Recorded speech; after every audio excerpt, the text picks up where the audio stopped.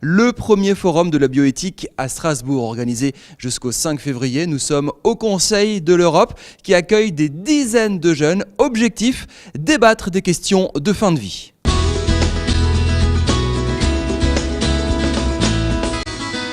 Bonjour professeur Nizan, vous êtes l'un des initiateurs de ce forum de la bioéthique. Alors pour nos téléspectateurs, définissez bioéthique. De quoi on parle exactement ici à Strasbourg ? Il n'y a pas une grande différence entre éthique et morale.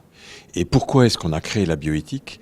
Parce que les progrès de la médecine et les progrès de la science nous obligent à prendre tous collectivement des décisions sur ce que nous faisons des découvertes des médecins et des scientifiques. Par exemple, pour les naissances, par exemple, pour l'euthanasie, ce sont des défis de société dont on parle ici. Ce sont des défis de société, mais par exemple sur les gènes, faut-il accepter que les assureurs ou les employeurs nous fassent et nous obligent à faire des tests génétiques avant de nous recruter ? Sur la naissance, faut-il accepter que des femmes portent un enfant pour autrui ? Faut-il accepter le suicide assisté ? Voilà, pour prendre quelques exemples, mais il y a des centaines de questions comme celle-là. C'est des questions, elles n'ont pas forcément de réponse, et en tout cas chacun y répond en fonction de ses propres valeurs. Ce qui est formidable, c'est que là, on est aux frontières de la médecine et du lien social. On parle des familles, on parle d'enfants qui ne veulent pas forcément suivre la vie ou suivre les parents, et on est vraiment au cœur du foyer là. On n'est pas dans la médecine, justement pas. On n'est pas dans un colloque médical. On est dans qu'est-ce qu'on va faire de nos corps et du corps de nos enfants. Est-ce que vous avez l'ambition de forger un petit peu les esprits ? Nous avons l'ambition d'éduquer et d'augmenter le niveau de connaissance sur des sujets qui ne sont pas toujours très simples. Parce que par exemple, quand on parle d'euthanasie, c'est vrai, il y a peu de gens qui connaissent les implications, les effets, ce genre de choses. Voilà, on est pour, contre, sans vraiment savoir ce que ça implique. Voilà, si on fait un sondage en noir et blanc, 87% des Français ne veulent pas souffrir, donc ça ne veut pas dire non plus que 87% des Français sont favorables à l'euthanasie. Alors aujourd'hui, c'est très particulier, on est au Conseil de l'Europe, il y a 200 jeunes qui ont participé à des travaux sur la fin de vie. J'ai 16 ans, 17 ans et je m'intéresse à la fin de vie dans le plus tard possible, évidemment. C'est quelque chose qui vous épate, ça ?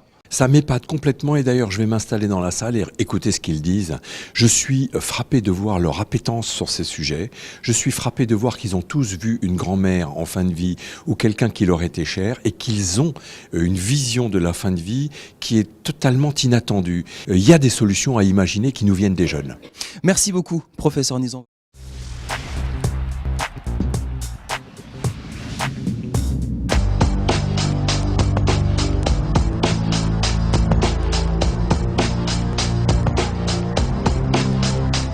Toujours au forum de la bioéthique ici au Conseil de l'Europe avec Sylvie et Michel. Sylvie, vous êtes professeure de philosophie à Jean Rostand.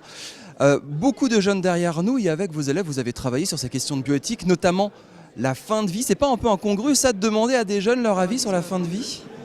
En fait, ce qui est intéressant, c'est qu'en général, ce sont des questions qui intéressent les jeunes. Je m'en suis rendu compte lorsqu'une année, on a organisé quelque chose pour les étudiants en BTS.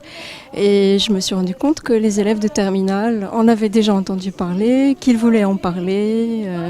Ce sont des questions qui les motivent beaucoup. Comment vous avez travaillé avec eux autour de ces questions ? C'était quoi ? C'était des thèmes de discussion, des thèmes de rédaction ? Il s'agit de voir si on peut logiquement raisonner sur la question de savoir si faire le bien d'autrui pourrait signifier l'aider à mourir, par exemple. Donc voilà, donc si la logique nous aide, est-ce que le raisonnement nous aide, est-ce que l'analyse des notions nous aide ? Par exemple, qu'est-ce que le bien de la personne ? Qu'est-ce que faire le bien d'une personne ? Est-ce qu'il y a eu du répondant ? Michel, tu as travaillé sur ces questions-là. Sur cette question de fin de vie, quel a été ton ressenti d'évoquer et de participer à ces travaux ? Je me suis rendu compte que la question de la fin de vie était une question vraiment très complexe. Mais qu'on se pose à ton âge, 16-17 ans ? Non, pas forcément, mais plutôt indirectement quand on regarde la télé ou quand on regarde le journal. On se rend compte qu'on parle beaucoup d'euthanasie, on parle aussi de la vieillesse et toutes ces choses-là, surtout avec les débats sur la retraite et la télé et les journaux, oui. Et alors ton avis, par exemple, si je te dis euthanasie, pour, contre, est-ce qu'on peut avoir un avis ? Est-ce que tu as déjà une idée très tranchée sur la question ?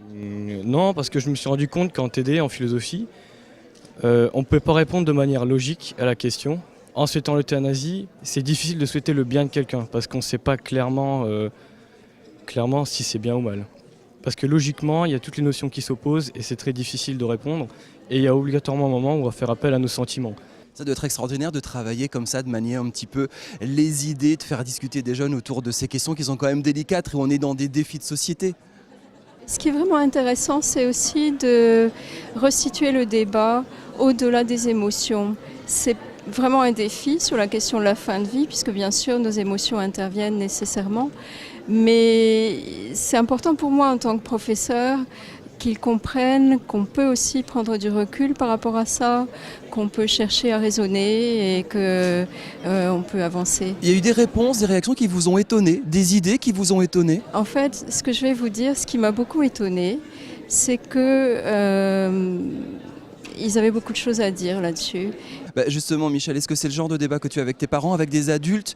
Est-ce que c'est des thèmes de discussion qu'on peut avoir en famille et évoquer ce genre de choses? C'est plutôt difficile parce que d'un côté, les parents, ils n'y pensent pas forcément. Et entre jeunes, c'est pas des questions vraiment communes. Alors parfois, on peut en discuter, mais c'est plutôt rare. Peut-être avec des gens qui sont intéressés, qui se tiennent au courant de l'actualité et de toutes ces choses-là. Sinon, il n'y a pas grand monde qui pourrait vraiment, sur le moment, s'intéresser à la question. Merci beaucoup Sylvie et Michel d'avoir témoigné. Le Forum de la bioéthique, c'est jusqu'au 5 février à Strasbourg, ici au Conseil de l'Europe. Grande journée où près de 200 jeunes étudient ces questions de fin de vie. On se retrouve après demain.